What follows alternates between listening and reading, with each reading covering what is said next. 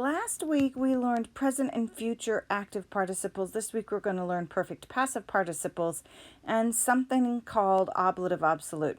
You can pull out your chart book if you want. We're on page 18. However, I've put the only chart we're going to look at today on the video here.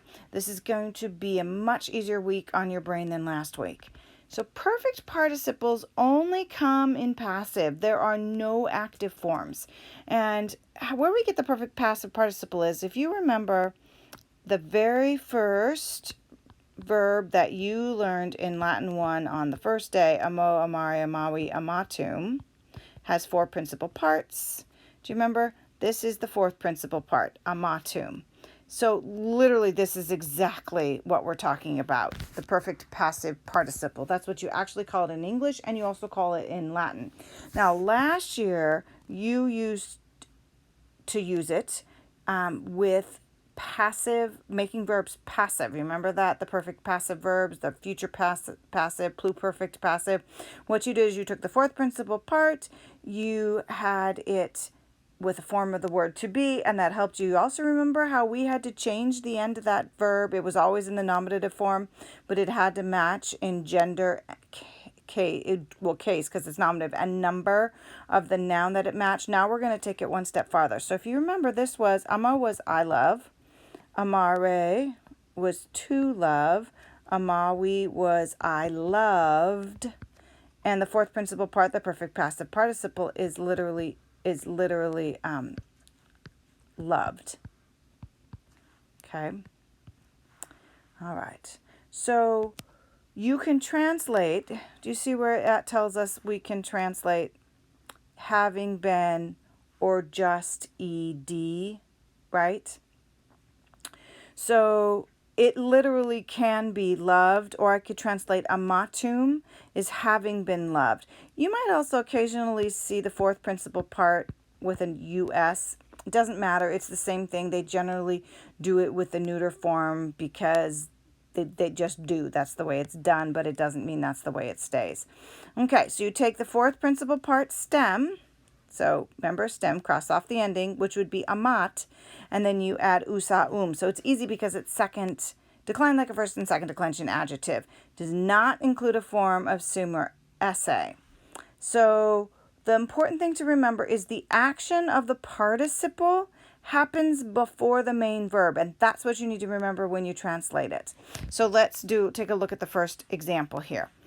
Dux ob hoste vulneratus ad urbem renovit.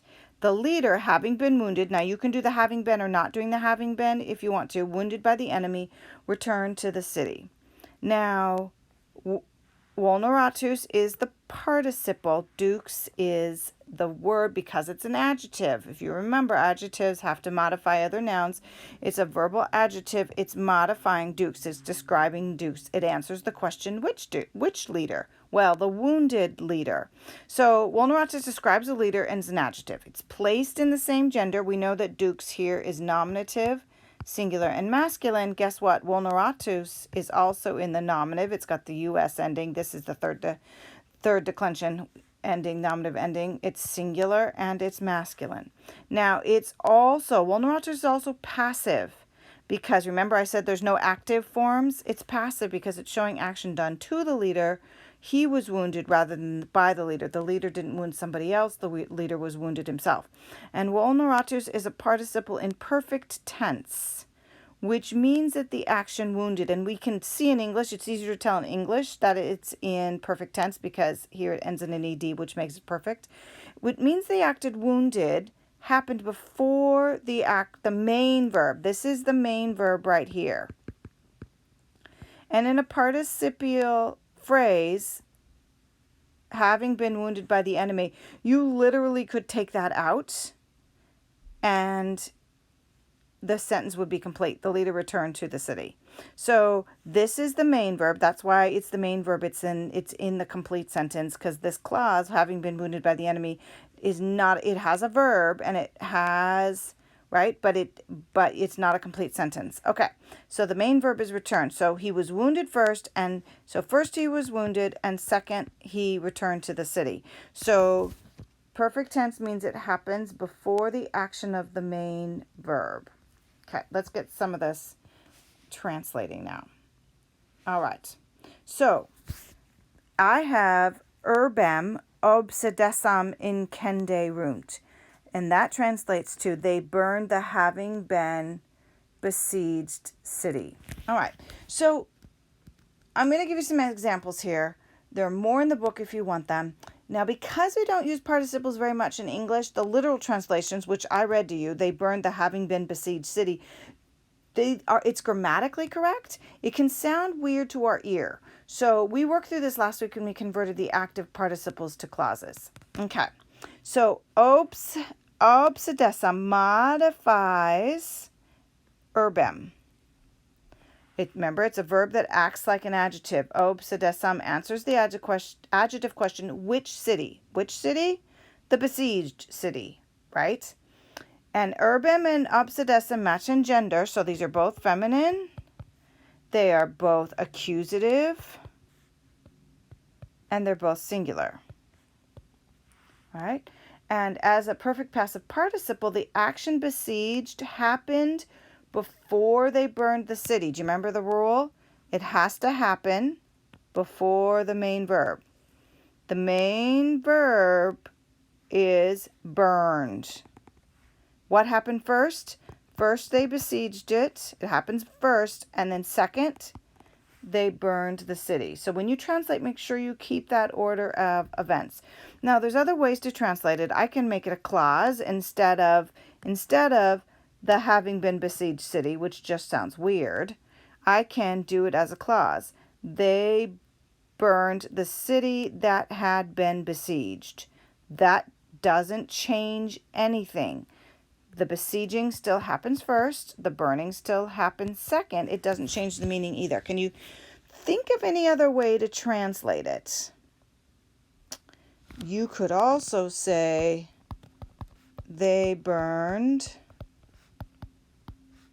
the besieged city. All of those mean exactly the same thing. This one right here is probably the clearest to everybody. Okay, let's look at another sentence. Laudamus Caesarem apparatus captum. Okay, so where is Caesarem and captum? That is the participle there. So captum modifies Caesarem. Okay. So captum answers the adjective question, which Caesar? So literal is, we praise Caesar having been. Remember, we can put that in there or not. We praise Caesar having been captured by pirates. Which Caesar is it? It's the one who's been captured. So this is our participle right there. Okay. So Caesarem and captum match in gender. They're both masculine. Even though they're in different declensions, they are both accusative. So they're both masculine, they're both accusative, and they're both singular. And then the action captured, right, happened before. So it happened first. It happened before the main verb. And what's the main verb? Praise. We praise, and that's present tense, right? So it doesn't matter. They do not have to be in the same tense. All we know is this has to happen before this one, and the capturing happened before the praising, right? Again, make sure that you keep the order of events. So literal is, we praise Caesar having been captured by pirates. We can also make it into a dependent clause. If you look at the bottom of page 18 in your chart book, we talked about clauses a little bit last week, but we can do a who, which, or that clause. We can do a when, once, while, after. We can add since or because or although, as long as it makes sense. So here's some different ways to say it. We praise Caesar who has been captured by pirates. That probably makes a lot of sense. We praise Caesar when or after he has been captured by pirates. We praise Caesar, remember again, this is the time thing. We praise Caesar because or since he has been captured by pirates. Again, they all keep that same order of events. So as long as you do that and it makes sense and you're not changing the meaning, you can continue to do that. Make it a dependent clause. Or you're totally fine translating it literally, especially at first when you're not sure. That's totally fine too. Let's look at one more. Okay. So the next one is curus actus celerime cursum vicit. Literal is the chariot having been, or just the chariot driven very fast, won the race. You could also be having been or driven very fast, the chariot won a race. That is literal. So actus and curus. Actus modifies curus. Actus is a verb that behaves as an adjective and answers the adjective question, which chariot? The very fast chariot, right? The one that was driven very fast. So the action, so curus and actus match in gender. They're both masculine. In this case, they're both nominative and they're both singular. Because you can see here the chariot, and you can tell what case it is because you can take out the participial phrase and you left the chariot won the race. Clearly there, in that case, the chariot is the nominative. So if you do that, you're not sure which case it is, take out the participial phrase, just look at what's left over, and then it'll become very clear what the word that's being modified, what case it's in. Okay, so let's talk about how we can do it as a dependent clause, how we can translate it so maybe it's a little bit different or makes more sense, because remember, third year Latin, you're learning about how to be a Latin translator and the best way to do that. So as a dependent clause, you could say, the chariot won the race because it was driven very fast. So remember, the action has to stay, this is what has to happen first. It has to come before the action of the main verb. And this is the main verb. And as long as you're doing it, because clearly it can't win unless it was driven first, right?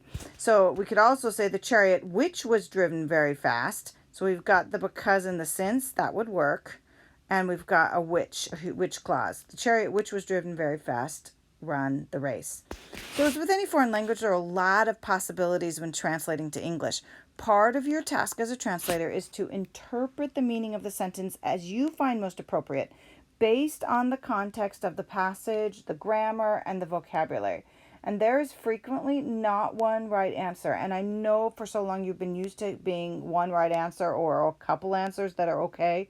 But here we have much more liberty when we do our translation. Okay. How do you tell the difference between a perfect passive or a perfect passive participle? And it's sometimes easy to confuse a perfect passive participle with the perfect passive indicative. That's the regular verb, right? As they both use the fourth principal part. To help you tell the difference, I want you to look for a form of the linking verb essay. Do you see it's right here? Remember I talked about in the beginning, that's how you learned to use it last year. Okay. And that makes it passive, right? It's a passive verb. So a perfect passive indicative uses a form of the to be verb, but a perfect passive participle does not. That doesn't mean there won't be a form of essay somewhere else in the sentence, but it won't be paired. Remember, they'll always be right next to each other. There won't be paired ones. So curus celerime actus est, the chariot was driven very fast, versus curus celerime actus vicit, the chariot driven very fast, won. And that is how you tell the difference.